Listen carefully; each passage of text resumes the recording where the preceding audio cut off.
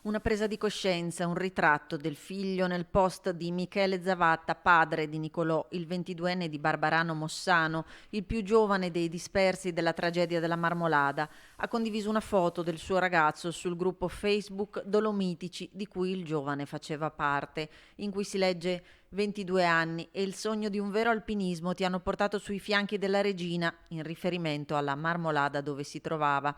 Non era la vetta la tua destinazione, ma qualcosa di più grande, aggiunge il padre. Un corso di sicurezza e salvamento in Crepaccio insieme alla guida alpina Paolo Dani, 52enne di Valdagno, tra le vittime accertate.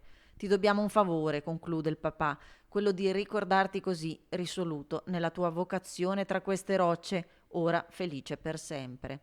E a ricordare Nicolò e le sue tante attività sono i concittadini, il sindaco Pretto, vicino alla famiglia.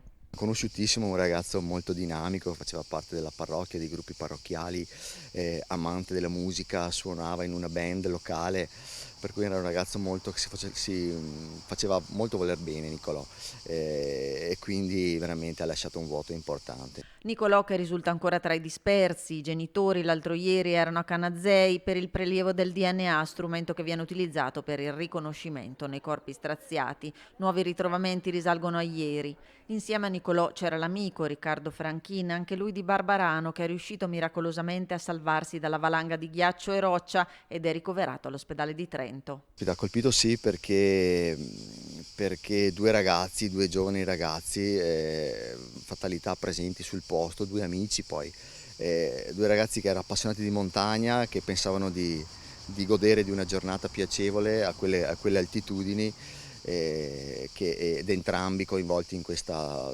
tristissima vicenda. Siamo tutti senza parole.